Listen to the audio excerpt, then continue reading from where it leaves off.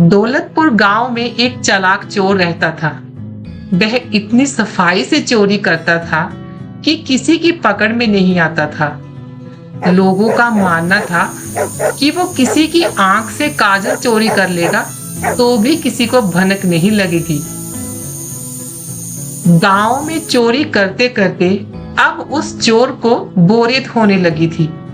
वह दूसरे चोरों के बीच अपनी धाक जमाना चाहता था।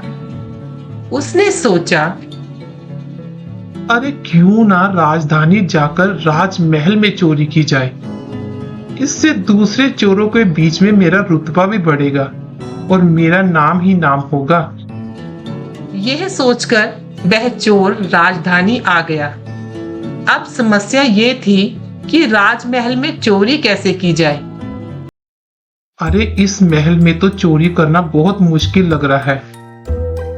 24 घंटे यहाँ पर सेना तैनात रहती है। अब मैं चोरी करूं भी तो कब करूं, कुछ समझ नहीं आ रहा।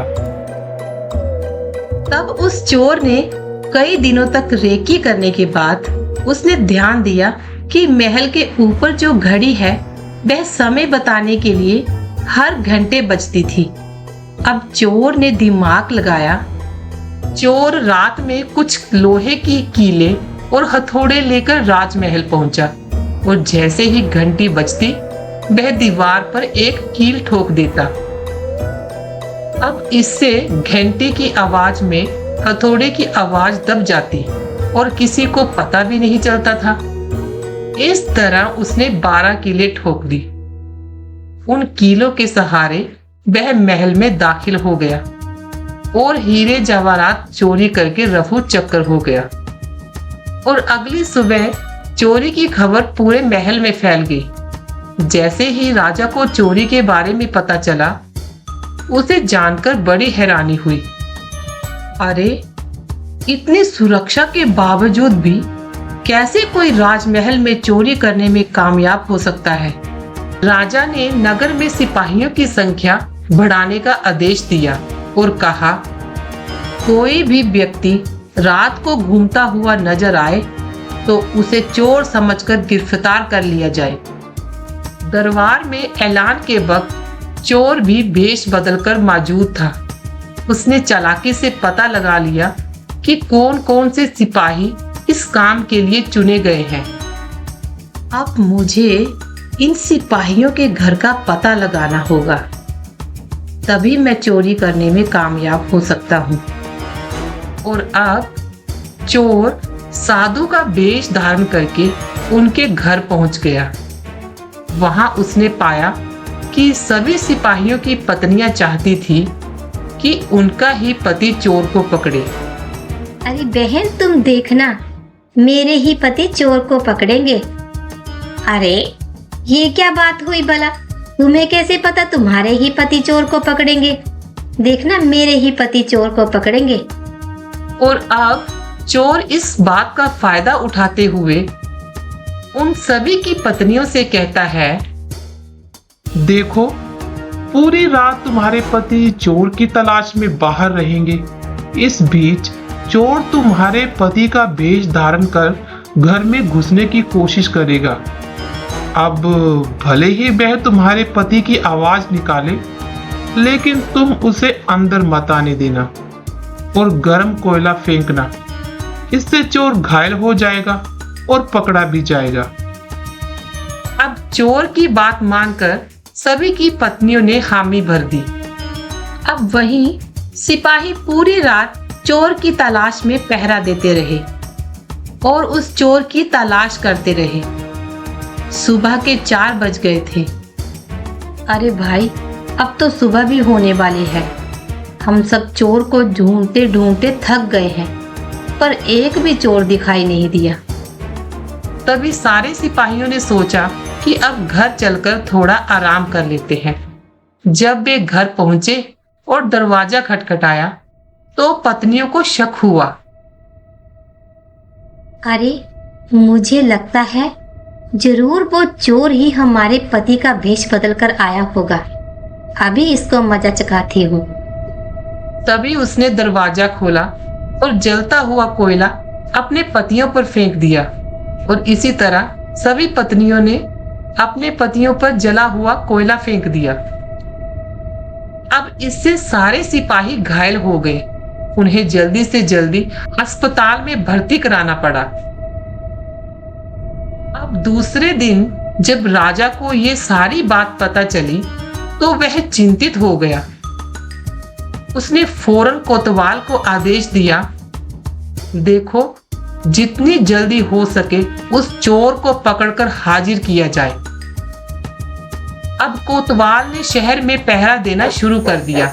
इस दौरान कोतवाल को एक युवक नजर आता है। अरे लड़के, कौन हो तुम? जी मैं तो चोर हूँ। चोर के मुंह से ये बात सुनकर कोतवाल को यकीन नहीं हुआ। अरे भला इस तरह कोई खुद को चोर कैसे बता सकता है? कहीं तुम मुझसे मजाक तो नहीं कर रहे? अच्छा, अगर तुम चोर हो तो चलो मेरे साथ, तुम्हें जेल में बंद करने का आदेश मिला है।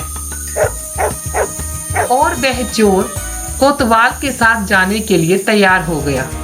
कोतवाल उसे लेकर एक कमरे में गया, जिसे देखकर चोर ने बोला, अरे कोतवाल साहब, इस जेल को तो कोई भी खोल सकता है। कोतवाल ने बोला, अरे इसे कोई नहीं खोल सकता। अरे आप अंदर तो जाइए, मैं बताता हूँ इसे कैसे खोल सकते हैं। अब कोतवाल ने चोर की बात मान ली। कोतवाल मान गया और जैसे ही अंदर गया, चोर ने दरवाजा बंद करके लॉक कर दिया और हंसते हुए बोला, मैंने पहले ही बोला था ना, मैं चोर हूँ, आप माने ही नहीं। अब कोतवाल पूरी रात जेल में बंद रहा।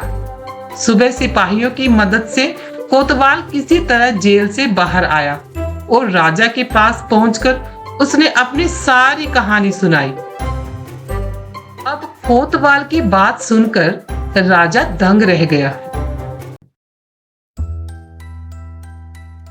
अब इस बार मैं चोर को खुद ही पकड़ूंगा। तुम सबसे ये काम नहीं होने वाला। अब रात होने पर राजा ने पहरा देना शुरू कर दिया। इस दौरान चोर ने साधु का भेष बनाया और एक पेड़ के नीचे धूनी जमाकर बैठ गया।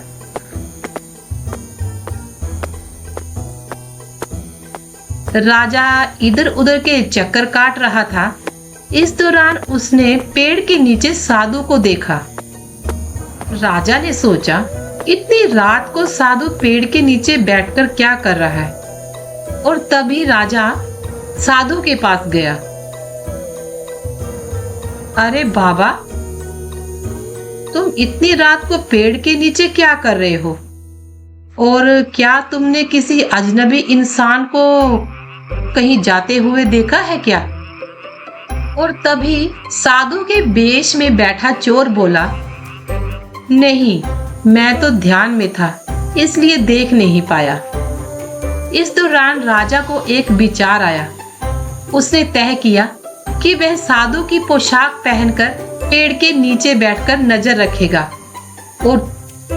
और साधु यानी कि चोर को अपने कपड़े पहना देगा ताकि वह नगर के चक्कर लगा सके।